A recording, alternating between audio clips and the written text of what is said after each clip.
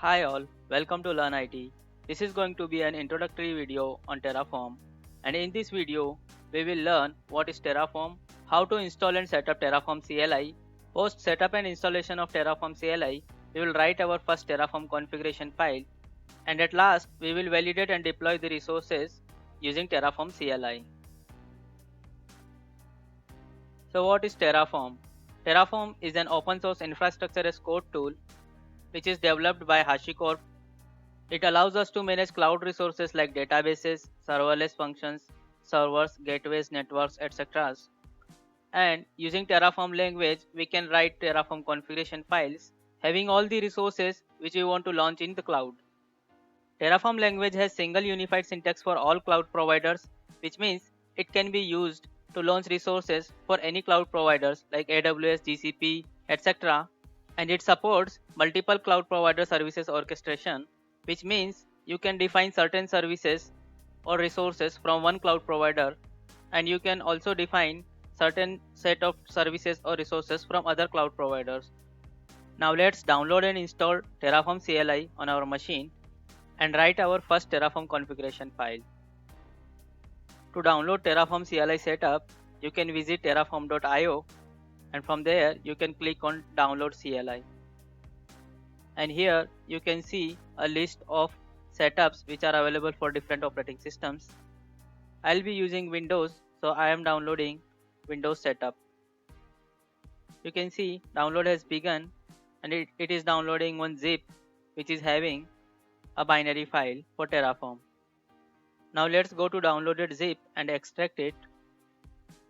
Once you extract the zip, you will be seeing a Terraform binary, and we have to set up the path of this file so that we can use Terraform CLI on our machine globally. Now let's create a separate installation folder for Terraform and place this file inside that folder. So I am creating a new folder now, Terraform, and under Terraform we can create a new folder bin, and inside this folder I am copying the actual binary file of Terraform. Now let's copy the path of this file and update our environment variables. So let's go to system properties and go to advanced system settings and update environment variables, and inside path we can update the path of our Terraform binary. So let's save it, and now we can validate whether Terraform CLI has been installed on our machine or not.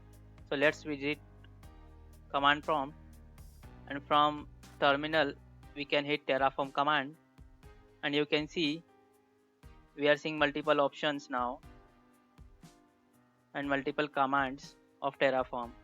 Now let's go to Visual Studio Code and create our first Terraform configuration. Let's create a new Terraform configuration file. So I am naming it first Terraform config.tf. So you have to save it with tf as extension. Now let's define the provider for this configuration first. As I mentioned earlier, I'll be using provider as AWS, and you can see I'm mentioning AWS as the provider, and for profile I am mentioning default. I'll show you why I am mentioning default, and also we can mention region where we want to launch our resources. So I am mentioning US East 1 now. So the syntax for provider is very simple. You just have to mention provider, and inside double quotes you can provide the name of the provider like AWS, Azure, etc. And for profile you can mention the name of your credentials profile. I'll show you what is this name. This is the name of the credentials profile which you have mentioned in your credentials file. So this is the dummy file which I am showing you, and here you can see there is one default profile, and under default profile I have mentioned my AWS access key ID and AWS secret access key ID. Likewise, you can have multiple profiles here, and you can mention the name of that profile in your Terraform script. So this is the credentials profile that we are using here, and this is the region where all the resources will be launched. Now let's define a resource to create an AWS S3 bucket. So I am using syntax resource, and under resource name you can see we have multiple options. So you can mention AWS S3 bucket, and for name of the resource you can mention, I am mentioning demo bucket.